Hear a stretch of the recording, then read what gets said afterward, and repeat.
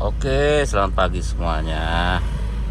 Kita cerita yang beli ini pagi-pagi nih sampai berangkat kerja. Kita nggak pakai AC, itu dibuka kacanya karena udaranya masih sejuk, belum panas. Kita cerita mobil ini ya. Jadi selama kita pakai itu memang belum selesai problemnya. Ya, belum selesai, mungkin nanti juga selesai ya. Cuma sekarang belum selesai. Yang pertama itu adalah masih bocor oli ya. Itu bocor olinya di maticnya di seal kompenter ya, atau seal bolu-bolu atau apa sebutannya ya. Jadi harus turun dulu baru bisa ganti. Nah itu yang kita males ya, belum kita lakukan. Terus sekarang indikator engine nyala tuh, nyala, tapi tenaga masih normal, nggak pincang gitu ya. Jadi masih bisa dipakai lah gitu ya, masih bisa dipakai. Bensin juga sama aja ya, nyala dan tidak nyala masih sama konsumsinya. Tenaga agak berbeda sedikit ya, agak lebih lemot, tapi masih bisa buat ngebut. Nah itu sebenarnya keluh kesah ya di mobil ini. Memang mobil ini tuh tidak, menurut saya sih tidak sekuat 307 ya, tidak sekuat karena ini terlalu mungkin karena canggih, jadi dia agak riskan ya, agak riskan karena memang canggih banget sih mobilnya.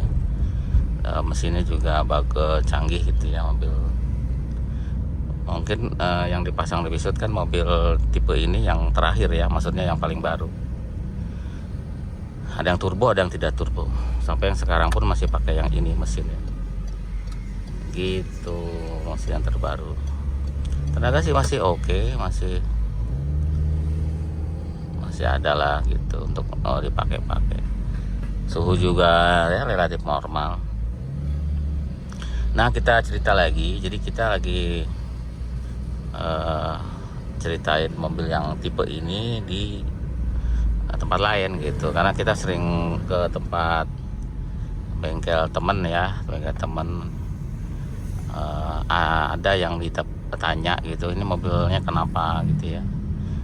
Ada yang bilang ada yang overheat, ada yang oli campur air gitu kan, ada yang apalagi ya, overheat campur air, ada yang pecah katanya si termostatnya karena mesinnya mungkin panas gitu ya. Nah kita cerita itu ya. Jadi tiap ada 3 bengkel, 4 bengkel gitu, ada mobil yang ini tipe ini yang lagi diperbaiki. Ada yang turbo, ada yang non turbo, tapi keluhannya sama ya. Keluhannya ada yang campur air, ada yang overheat gitu. Jadi ya harus hati-hati dengan mesin ini ya, karena kalau saya perhatiin indikator mesinnya itu tidak seakurat tipe yang lain ya.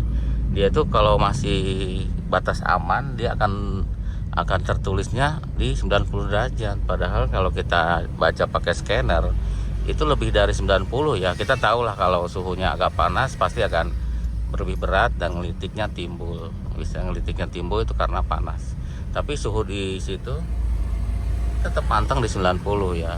Jadi ini harus hati-hati ya, jangan terlalu fokus ke suhu kalau tipe ini ya. Tipe-tipe yang sekarang kayaknya dari 308 yang mesinnya inilah, yang mesinnya tipe ini, karena bisa aja itu 90 padahal suhunya udah 100. Nah ini bisa aja, maksudnya itu opini saya pribadi. Jadi harus hati-hati. Jadi kita harus dengerin juga extra pen muter apa enggak yang high speed gitu ya. Terus satu lagi apa ya, extra pen, terus suhu mesin ya. Kalau panas tuh kan baunya nggak enak ya, ada bau-bau gimana gitu ya, pasti ngerasain lah. Panas wajar, kalau panas kan memang semua mesin akan panas, tapi nanti kalau overheat itu ada ngelitik yang berlebihan, terus mesinnya agak berat, sama satu lagi baunya itu nggak enak gitu, ada bau-bau yang kurang enak ya, bau angus lah gitu ya. Nah itu salah satunya overheat. Jadi walaupun ininya suhunya tuh di instrumen tuh masih 90 kayak gini nih. Jadi soalnya pantang di situ terus ya suhunya. Pantang di situ terus, nggak naik-naik gitu. Nah, Nah seperti itu ya, jadi problemnya. Nah ini juga kan yang kita pernah cerita, si AC nya itu kan kemarin kita hidupin aja deh. Ini nggak hidup ya AC nya, jadi blowernya doang yang hidup. Karena kita modifikasi sementara, karena kita belum sempat perbaiki karena masih sibuk, belum kita cek maksudnya. Jadi kita bikin kabel sementara itu untuk on-nya itu dari blower ya, jadi blower AC. Blower AC-nya kita hidupin, AC-nya hidup.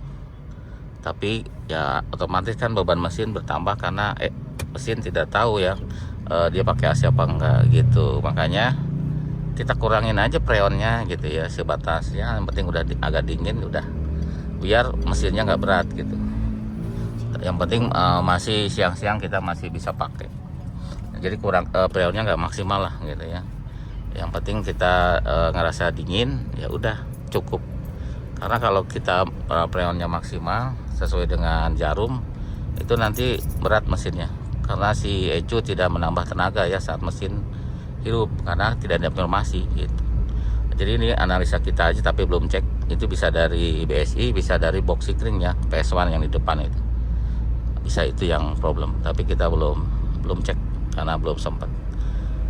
Nah seperti itu keluh kesahnya tipe mobil ini ya. Tapi selama ini sih kita pakai biasa-biasa aja, bisa dipakai ke puncak, bisa pakai kuliah si Urip ya kan, terus bisa pakai tiap hari. Kalau nggak, jadi tiap hari malah ini terus yang kita pakai. Nah, pakai ke bengkel, pakai kalau nggak saya pakai ya si Urip yang pakai. Jadi tidak pernah sehari itu tidak pernah diem mobil ini, pasti tiap hari dipakai dan bisa dipakai gitu. Memang si mobil ini tuh handlingnya tuh ya enak ya, setirnya enak, tenaganya enak gitu. Walaupun suspensinya agak keras, tapi kerasnya keras enak lah. Jadi kalau dipakai ke jalan-jalan yang rusak malah lebih pede pakai ini ya, karena tidak berlebihan mantul-mantulnya ya